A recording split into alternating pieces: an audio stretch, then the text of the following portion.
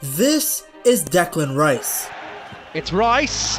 What a goal! Declan Rice! This is Moisés Caicedo. Not once but twice.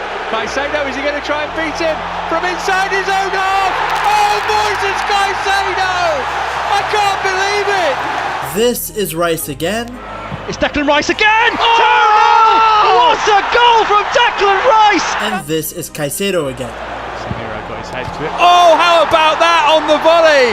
These two are the best midfielders in the Premier League. Two massive transfers in 2023, and two players who came into Arsenal and Chelsea with world record price tags and huge expectations. Well, Chelsea are set to break the British transfer record again after agreeing a £115 million deal for Brighton midfielder Moisés Caicedo. Declan Rice and a possible move to Arsenal. We said just a few moments ago that we were expecting Arsenal to go back in with a second bid. It's our understanding the bid is now in. They have tabled a £90 million offer to West Ham for Declan Rice. Rice left West Ham for Arsenal in a £105 million deal after becoming their captain and leading them to a European trophy. Caicedo moved from Brighton to Chelsea for around £115 million, breaking the British transfer record after helping Brighton reach their best ever Premier League finish. Chelsea fans wouldn't sell Caicedo for any price right now. Arsenal fans would pay another £100 million to West Ham, and they would tell you that Rice would still be a bargain. By the end of this video, you should have enough information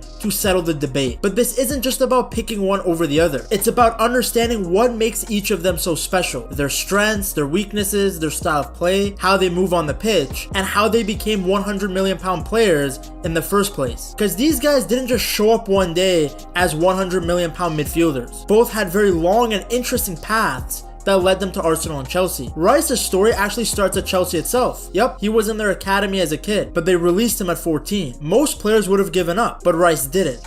How do you tell your friends that you've been released by Chelsea? Letting you go at 14, how was that, having been there since the age of 8? It was heartbreaking, honestly. I couldn't imagine.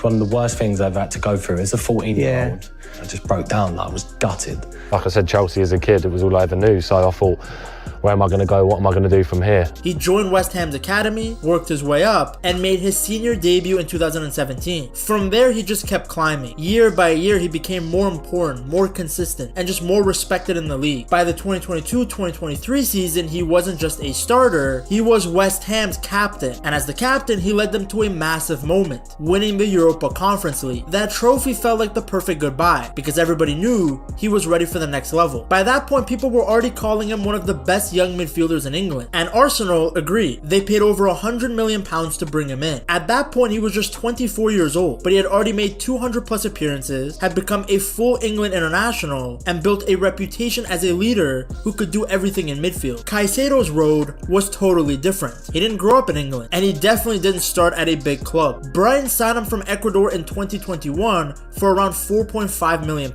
pretty much nothing compared to what he's worth now. He spent some time on loan in Belgium, slowly learned the game in Europe, and then broke into Brighton's squad in 2022. Under De Zerbi, he exploded. He played almost every single Premier League match in the 2022-2023 season, and he was a huge part of Brighton's best ever league finish, which was 6th place. That got the Seagulls into Europe for the first time ever. At that point, people noticed. Big clubs started calling. Arsenal, in fact, tried to sign him in January of 2023, and he even posted on social media saying he wanted the move, but Brighton said no. Then came the summer. Reportedly, both Liverpool and Chelsea had reached out to him. Liverpool had accepted a bid, but Caicedo wanted Chelsea, and only Chelsea. Moisés Caicedo has rejected the chance to join Liverpool. The Blues pushed, the Seagulls held firm, and the fee went all the way up to £115 million. The guy went from being worth £4.5 million to £115 million in just 18 months. Bro was giving you a better return than crypto. And remember, he did all of this at just 21 years old. Rice and Caicedo made their giant moves only weeks apart. And it's funny because Arsenal tried to sign Caicedo and Rice came from Chelsea's youth system. So technically their careers could have easily gone the other way around. Instead, Rice has become Arsenal's midfield anchor, and Caicedo is doing the same thing for Chelsea. Now, after their huge transfers, everyone wanted to know one thing. How would these guys look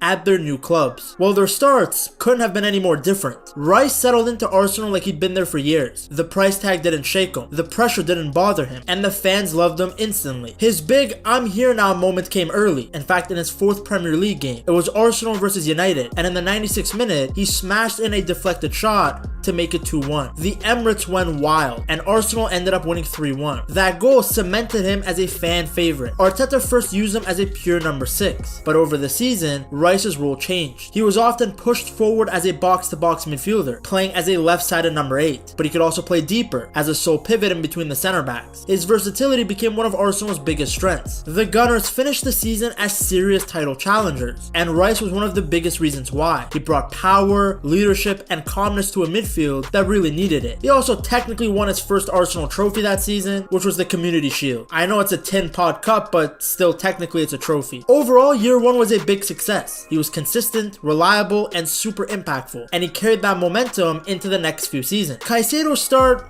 yeah, it was a little messier. He was joining a new club with a record fee with huge expectations, and he didn't get a preseason. So when he made his debut against West Ham, everything was rushed. He came off the bench and gave away a late penalty. Chelsea lost, and the media jumped all over him. But Pochettino told everyone to relax, and eventually Caicedo began to settle. Once he got a few games under his belt, you could see why Chelsea paid so much for him. He grew into that number 6 role, building his chemistry with Enzo Fernandez, and his ball winning became a major part of how Chelsea played. Even though Chelsea's season was inconsistent, Caicedo quietly kept improving. And then came his big moment. Against Bournemouth, Caicedo picks up the ball near the halfway line and chips the goalie from more than 50 yards out. It was a ridiculous goal, and it won Chelsea's goal of the season. As you know, with holding midfielders, they never get appreciation until they score, so that moment was his, okay, he's arrived, moment. Chelsea finished in the top 6, which was a big improvement from the year before, and Caicedo's strong finish helped a lot. Rice came in early and instantly raised Arsenal's level. Caicedo struggled early, but ended his first season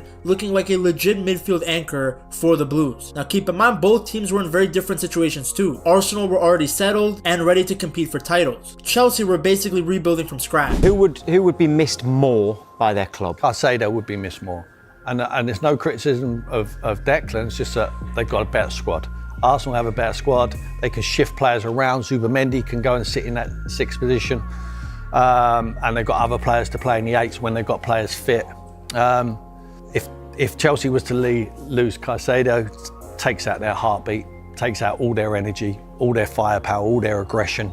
Now though, both midfielders have proven one thing. They weren't just expensive signings, they are essential parts of their teams. They get compared all the time because of their price tags and positions, but the truth is, they really don't play the same way. Yes, they're both classified as midfielder. Yes, they're both strong defensively. But how they play and what they're asked to do is actually very different. Don't just take my word for it, listen to Rice himself. He said that Caicedo is a 6, while he's a box-to-box 8. And it's Caicedo, and you'll be well aware there's been a lot of talk about Rice and Caicedo all season. First and foremost, I have a lot of respect for Moisés. I've played against him since his Brighton days, since I was at West Ham. I voted him last year in my PFA Team of the Year. I thought he was outstanding last year. We are playing different positions. He's a full-blown 6 and I'm a more box-to-box 8. At Arsenal in the first season, Rice played as the 6 protecting the back line like a condom towards the back end of that season, and in his second season, Arteta pushed him further as a left-sided 8. Now he's permanently an 8 thanks to the arrival of Zubamendi. He is basically doing a hybrid role, sometimes defending deep, other times joining the attack. He's everywhere. Caicedo, on the other hand, has mostly been a pure 6 for Chelsea. He plays as the deepest midfielder. His job is to win the ball, break up attacks, and keep possession. He stays behind the play way more than Rice. Now Caicedo can do more. At Brighton, he played as a number 8 a few times, and even back in Ecuador, coaches said that he had the tools to be a box-to-box player. Chelsea, though, simply need him to sit deeper. Now, both are excellent defensively, but in different ways. Caicedo is elite at ball winning. He reads the game fast, reacts quickly, and loves flying into challenges. As we will see later in the video, that might be one of his few weaknesses. The numbers support the eye test. He had the most interceptions in the Premier League in 2025. He's always top for tackles and possessions won. He wins way more ground duels than Rice. He has around a 61% success rate in ground duels, and he cuts out dangerous passes better than almost anyone. For example, he averages 2.7 interceptions per game, while Rice only has 0.9. Caicedo is like a vacuum cleaner in midfield. Anything that's loose, he just eats it up. I was gonna make a more sexual reference, but I'm gonna keep it PG for this video. Rice, on the other hand, is more controlled and positionally smart. His strengths are that he's much better in the air. He's taller and more dominant physically. He wins way more aerial duels. He also clears danger more often, averaging more clearances per game than Caicedo. And he's very reliable with his positioning. And he doesn't try and kill players. On the ground, Caicedo is much better. In the air, Rice wins easily. Now, whether you're Team Rice or Team Caicedo, now is the perfect time to rep your midfielder. If you want Rice's Arsenal shirt or Caicedo's Chelsea shirt, you can grab them from buygamejerseys.com and use code PETTALKS at checkout for a discount. Now, when it comes to passing and ball progression, their styles look completely different. Rice has really improved his passing at Arsenal. It was always good at West Ham, but it's gotten even better. He switches the play easily with long balls, he breaks the lines brilliantly, he creates a lot of scoring chances. For example, he plays almost twice as many long passes as Caicedo. He creates way more chances than him, which is natural given he plays more forward. And he completes more passes overall, especially, of course, as given in the final third. He's more involved in the attack, so therefore he's more likely to attempt risky passes to unlock defenses. Caicedo, since he plays deeper, is safer and more secure on the ball. He's very good under pressure, he keeps the ball moving calmly, he rarely loses possession, as proven by his ridiculous 94.5% passing accuracy versus Barca in the Champions League. So Rice attempts more long passes, he's a chance creator. Caicedo's more safe, but he's very press resistant. Now, neither of these guys are known as dribblers, but Rice is much better at carrying the ball. He drives forward with power, he rarely gets tackled. Sometimes when this guy gets going, he legit moves like Yaya Toure. He wins the ball and then just runs through the midfield. You ran the whole pitch and like there was like 5 people around you and then he backing off the defender and you just went bang bang goal. It was just so easy. That's the thing, because I think the tougher Do you think players... you could have done that more though? Like, do you know, like my brothers, my family tell me all the time, like now I'm starting to run forward with the ball more, go past people. They keep saying it to do it more and more, but with you, you've done that and scored goals. Do you think you could have done, there was some times when you thought I'd rather just pass the ball. Do you think like every time you got the ball, like you could have gone on a run? Caicedo prefers to win the ball and then pass immediately. He's less about driving forward and more about keeping the play tidy. Now, neither of these guys is expected to be a high scorer, but Rice has produced far more. At Arsenal, Rice has gotten multiple goals and assists across his 3 seasons. Of course, he's been helped by the fact that he's on set piece delivery, and Arsenal treat corners like they're pens. But Rice has also scored a ton of goals from open play, he's gotten assists from open play. I mean, the man even got nominated for the Puskas Award for his free kick versus Real Madrid. He's become a serious attacking contributor. Caicedo is starting to add goals slowly. He got multiple goals early in the 2025-2026 season. Now, his goals are usually bangers. Look at his screamer versus Liverpool and Brentford. He doesn't create as much as Rice, but Chelsea don't use him in advanced positions, so it makes sense. Of course, both of these players are not perfect. They each have their own strengths and weaknesses. With Rice, his strength is that he's a natural leader. He captained West Ham in his early 20s, and even at Arsenal, you can see him organizing his teammates, talking non-stop, and really taking responsibility. I mean, if Odegaard wasn't captain, Rice could easily be the captain for the Gunners. Rice also doesn't fly into wild tackles like Caicedo. He reads the danger early, he covers space really well, and defensively he's excellent both in the air and on the ground, which helps Arsenal a ton against long balls, set pieces, and crosses. Then when he carries the ball forward, he can travel 20 to 30 yards easily. He uses his body well, he protects the ball. He's the perfect guy to turn defense into attack, and Arsenal love using him in transition. Then of course, when it comes to passing, he has a massive locker. Long diagonal balls, crossfield switches, through balls from deep. Like I said, he's hit more long passes than Caicedo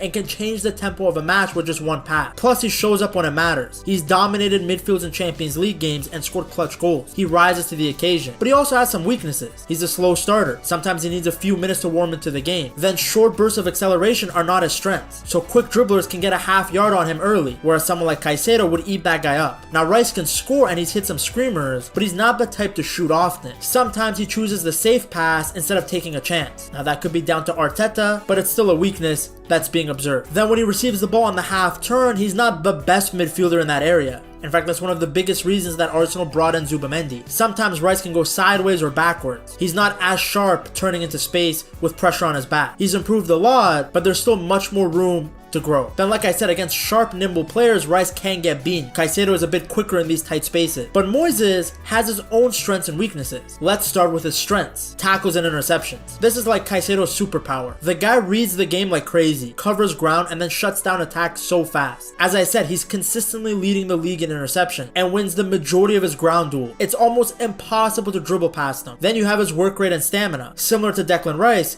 Caicedo runs non-stop. He presses, he sprints, he tracks back, he covers for his teammates. That quote about Conte and water covering the ground, you can say the same thing for Caicedo. Coaches love players like him because he just never disappears from a map. Then under pressure, he's ice cold. Hopefully Palmer doesn't sue me for using this. He doesn't panic even with 3 players around him. He'll find the simple pass and keep Chelsea in possession. He plays simple but smart passes, often with 1 or 2 touches. Just like Rice, Caicedo is also very versatile. He can play as a 6, he can play as an 8. Maresca's even used him as a right back sometimes. His speed and ability to read the play defensively lets coaches use him in multiple roles. Now of course he has weaknesses too. Because he's so aggressive, sometimes he dives in too fast. At times he can be a bit rash. He plays on the edge, which is good, but it's also risky. When somebody knows they're in trouble and they react as if they've been hurt as well, it's a terrible tackle. The more you see it, and you should always look at it in context, at speed, but it's a terrible tackle. And Moisés Caicedo, having played on the edge, has fallen over the cliff and is sent off for just the 2nd time in his career. Then you have his limited attacking output. He's improving, but he's not naturally an attacking player. He rarely gets into the box, and even though he can play as an 8, I don't think he's going to make that many chances for you. Then as good as he is under pressure, he's only good at giving simple passes. He's improved a lot in this department. He can break lines, he's gotten multiple great assists, but it's still an area of his game that is weak compared to other central midfielders. Then his aerial ability, it's not bad, but it's not the best either. Compared to Rice, he loses more aerial duels simply because he's shorter and not really built for that type of duel. And then of course there's his lack of experience. He's still very young and hasn't had that many seasons at the top level. Sometimes that can lead to small mistakes or learning moments, but he's developing quickly. Now that we've looked at their strengths and weaknesses, let's see how they stack up on paper statistically. B's numbers mainly come from the past 2 seasons. Rice created more chances per game in the 2024-2025 season. He's well ahead of him in this season. Rice has also added more goals plus assists per 90 than Caicedo, which again is a given since he plays more forward. Caicedo, however, has completed more passes overall and has a higher pass accuracy. He's more reliable in possession, and again, that's because he plays deeper. Caicedo's made more tackles per 90 and more interceptions per 90 than Rice. In the 2024-2025 season, Caicedo also completed more take-on. Rice made slightly more clearances and won more aerial duels. What's funny is in the current season, Caicedo's right up there with goals. Historically, Rice has had more goals in previous seasons, but this year it's been different. Then when it comes to dribbling, Rice has completed more dribbles, he's had more touches, and was dispossessed less often. Caicedo, however, has drawn more fouls. Now, I was interested about this stat because you can interpret it in multiple different ways. It could indicate that Caicedo's tenacity causes teams to foul him more to stop counters, but it could also mean that Rice avoids these situations where he might be fouled by moving the ball quicker and being a better dribbler. Up for you guys to discuss, but when you look at the impact that the two of them have had on their respective clubs, it becomes very clear why fans argue about them non-stop. Both walked into huge pressure situations, had huge expectations on them, and had huge price tag. But within a season, both became absolutely essential to their team. I mean, ever since Rice joined Arsenal, their midfield has elevated to a different level. They're way more complete. Suddenly, Arsenal are not just close to competing, they are actually competing. When Rice sits deep, players like Odegaard and Eze can push forward freely. When he pushes forward himself, he adds goals and assists. Arsenal did not expect this from a defensive midfielder. Then off the pitch, he's been just as important. Arsenal's midfield went from good to one of the best in the league in a few seasons, and Rice is a massive reason why. Caicedo has had a similar impact for Chelsea. Yes, his debut was a nightmare, but ever since then, he's become one of Chelsea's most important players. The Blues have been rebuilding, and Caicedo has been the anchor holding everything together. When he plays well, Chelsea look organized. When he presses, wins the ball, the whole team just breathes easier. He's an elite ball winner, and he's had big moments too. He's had some long-range goals. He's had some standout performances like in the Champions League and Club World Cup. Performances that reminded people why Chelsea paid so much for him. He's very young, but he already feels like the heartbeat of Chelsea's midfield. So who's better, Rice or Caicedo? Well, to be honest, it depends on what you want. I know that's not the answer you guys were looking for, but it's true. If you need a box-to-box leader who can defend, pass long, and score big goals, that's Declan Rice. If you need a defensive machine who wins every duel and never panics under pressure, that's Moisés Caicedo. Arsenal fans will swear that Rice is the most complete midfielder out there. Chelsea fans will say that it's Caicedo. For now, both sides have gotten it right. Both clubs got the midfielder they needed. Both players have justified their huge price tags, and both control games in their own way. And both will define their respective clubs for the next decade.